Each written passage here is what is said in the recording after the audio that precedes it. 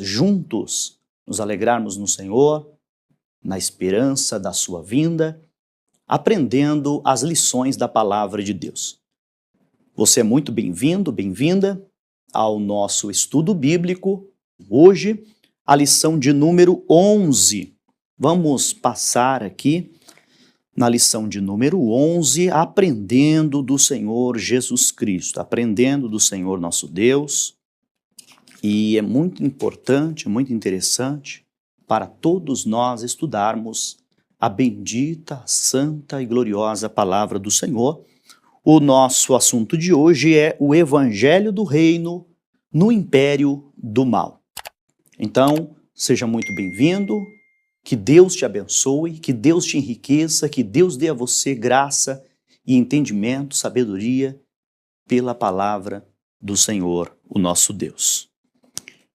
Hoje, nós vamos ler o Apocalipse, capítulo de número 14, versículos de 1 a 7, que é a nossa leitura bíblica sobre o tema, que diz assim: E olhei, e eis que estava o Cordeiro sobre o monte Sião, e com ele 144.000, que em sua testa tinham escrito o nome dele e o de seu pai.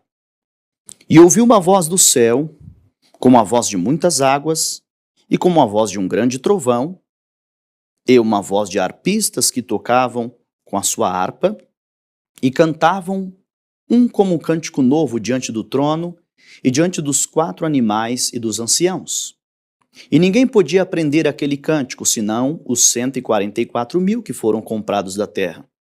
Estes são os que não estão contaminados com mulheres, porque são virgens.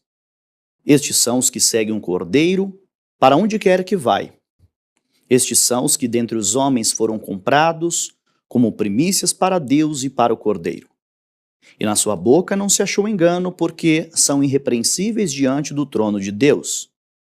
E vi outro anjo voar pelo meio do céu, e tinha o evangelho eterno para o proclamar aos que habitam sobre a terra, e toda nação, e tribo, língua e povo, dizendo com grande voz: Temei a Deus e dai-lhe glória, porque vinda é a hora do seu juízo, e adorai aquele que fez o céu, e a terra, e o mar, e as fontes das águas.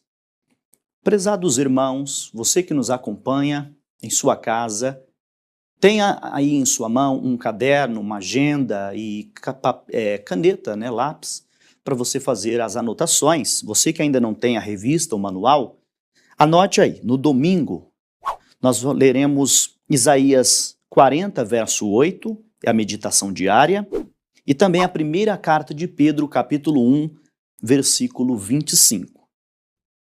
Na segunda-feira, o Salmo 23, versículo 6. Na terça-feira, o Salmo 119, verso 160.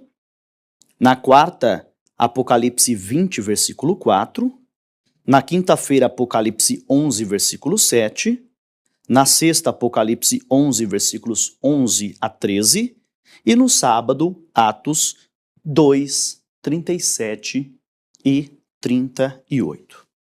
A nossa lição aplicada é: apesar de sua influência e poder, o anticristo não poderá calar a verdade do Evangelho, que é a palavra de Deus que dura para todo o sempre.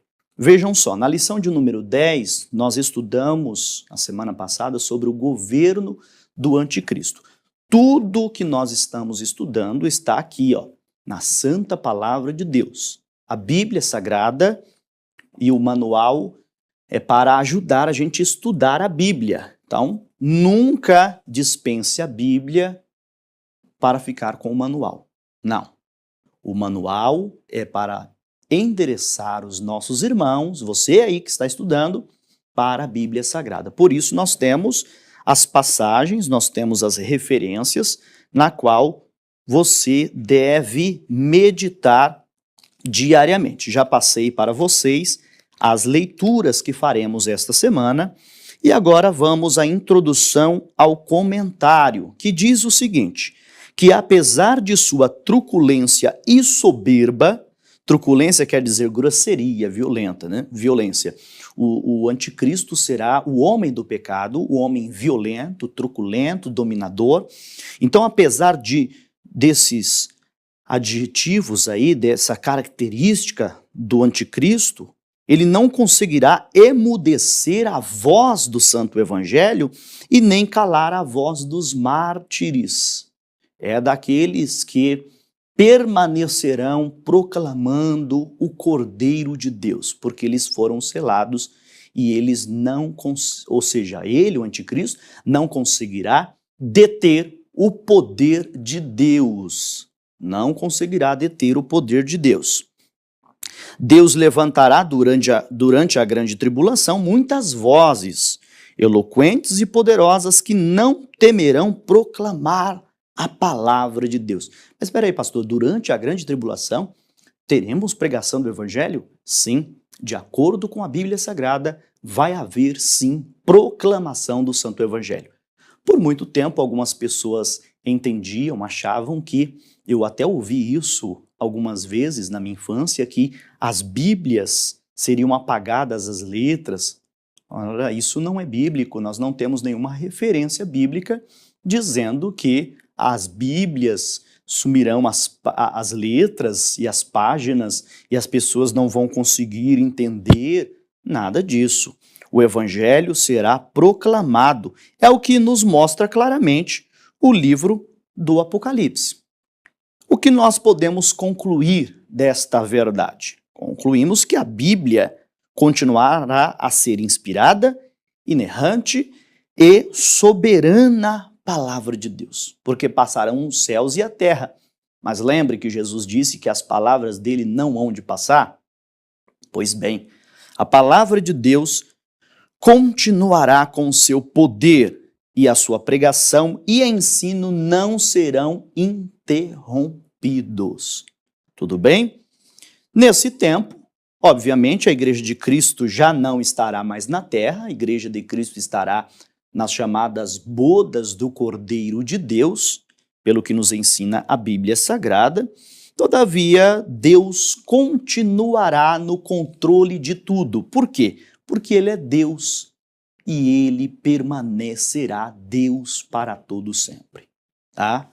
A palavra de Deus continua sendo palavra de Deus, Deus continuará sendo Deus e a igreja estará ao lado do Cordeiro Santo. Agora, após o arrebatamento, muita gente ainda supõe que após o rapto da igreja, né, arrebatamento, ele tem esse sentido, a palavra arrebatamento vem de raptos. Algumas pessoas dizem que a Bíblia perderá a inspiração, como eu já falei para vocês, mas isso não é verdade.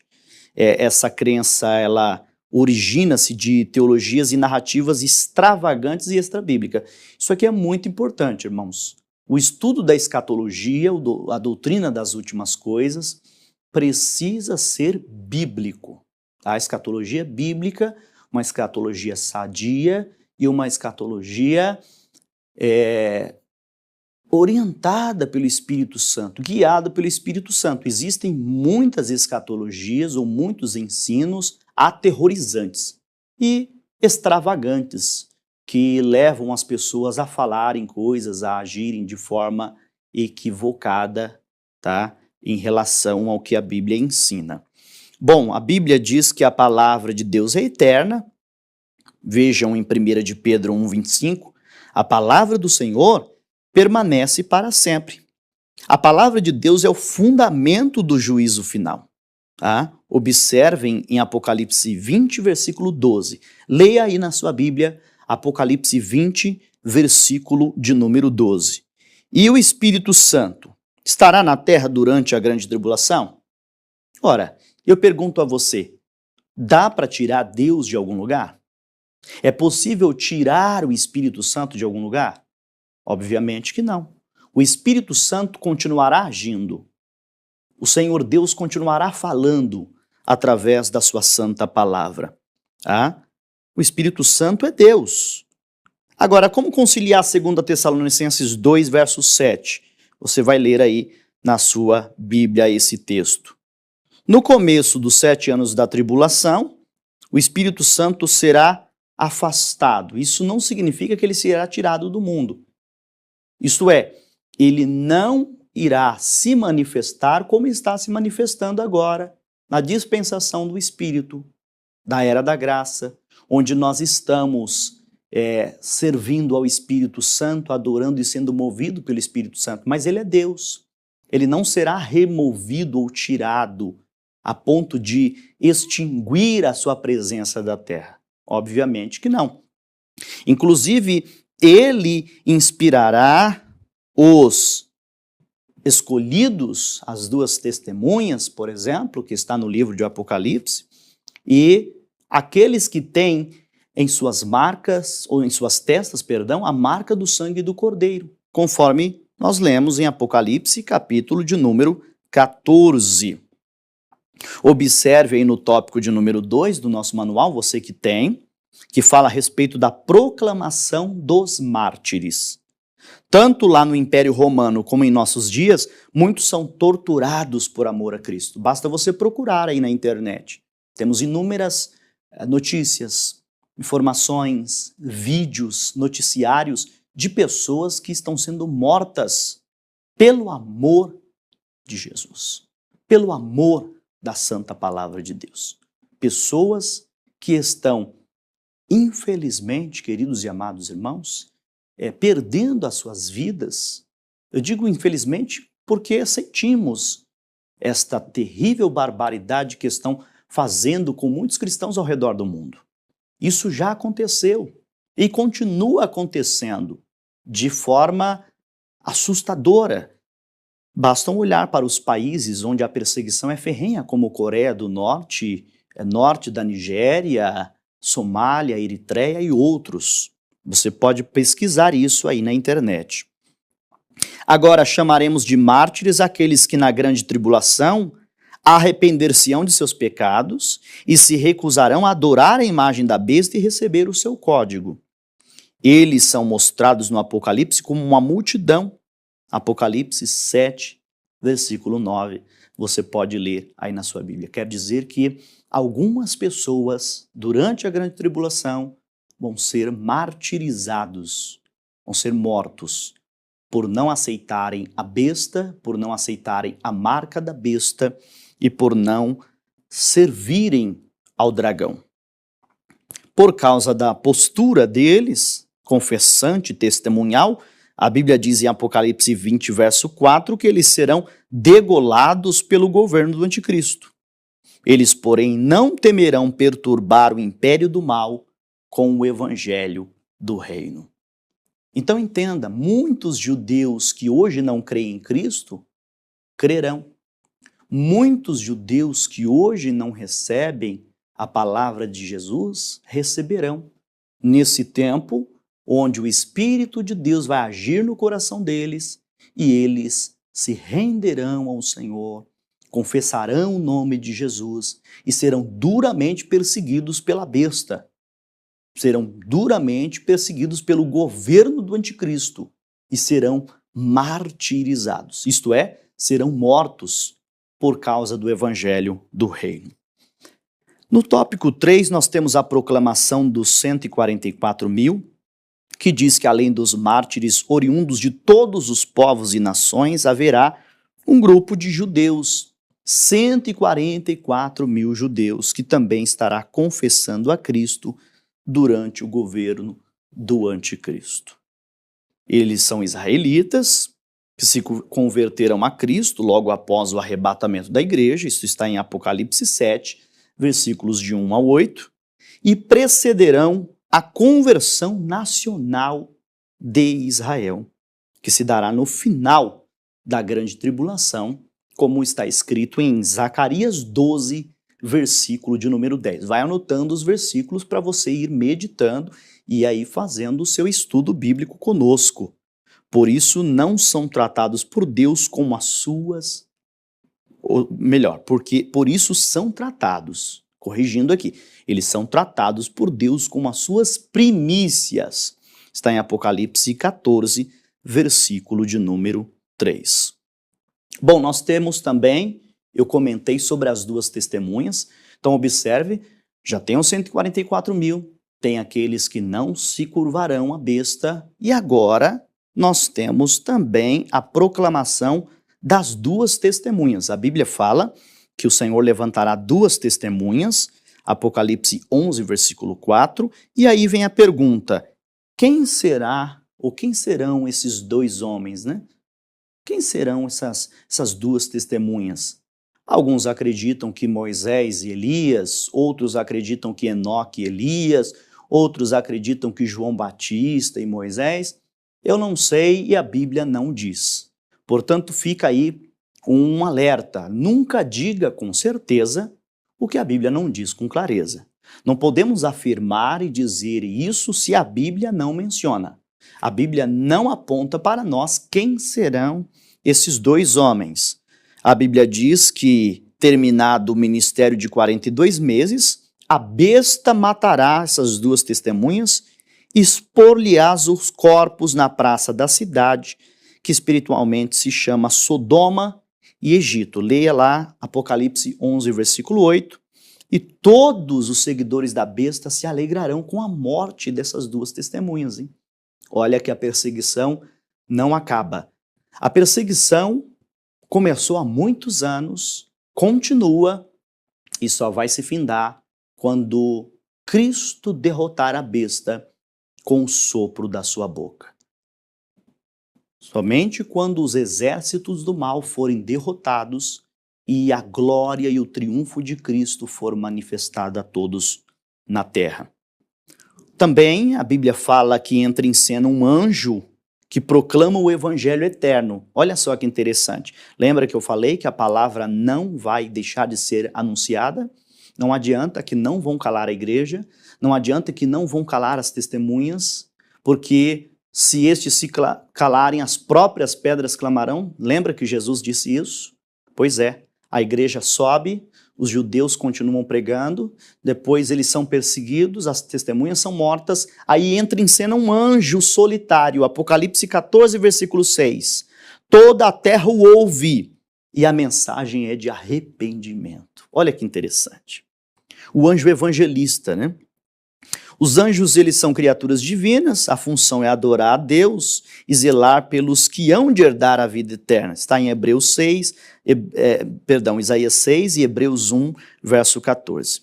No Apocalipse, são encarregados de ministrar os juízos divinos. E aqui esse anjo aparece, proclamando o evangelho, falando de tudo que Jesus fez, de tudo que Jesus está fazendo, de tudo que Jesus vai fazer e da vitória triunfal de Cristo sobre o mal. O que é o evangelho eterno?